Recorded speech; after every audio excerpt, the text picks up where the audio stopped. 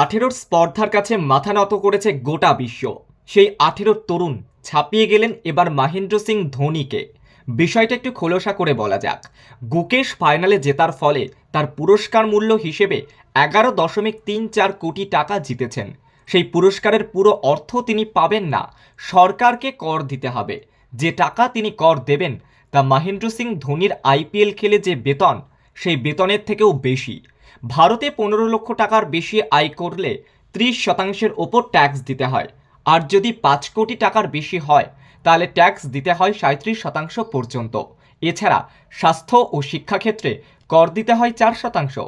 এই হিসেবে গুকেশকে পুরস্কার মূল্যের 4.67 কোটি টাকা কর দিতে হবে। অর্থাৎ আইপিএলে এবার ধোনির যে বেতন তার থেকেও বেশি টাকা ট্যাক্স দিতে হবে গুকেশকে। গতকাল দেশে ফিরেছেন বিশ্ব চ্যাম্পিয়ন গুকেশ, আর তারপর তামিলনাড়ুতে নামতেই জনগণের উষ্ণ অভ্যর্থনা পেয়েছেন তিনি। আপ্লুত গুকেশ বলছেন, এই জায়গায় পৌঁছতে পেরে তিনি ভীষণ খুশি। তার সাফল্য দেশের কাছে কতটা গুরুত্বপূর্ণ তা তিনি টের পাচ্ছেন। আপনাদের শক্তিতেই এগিয়ে যেতে চায়, এমনটাই জানাচ্ছেন বিশ্ব চ্যাম্পিয়ন।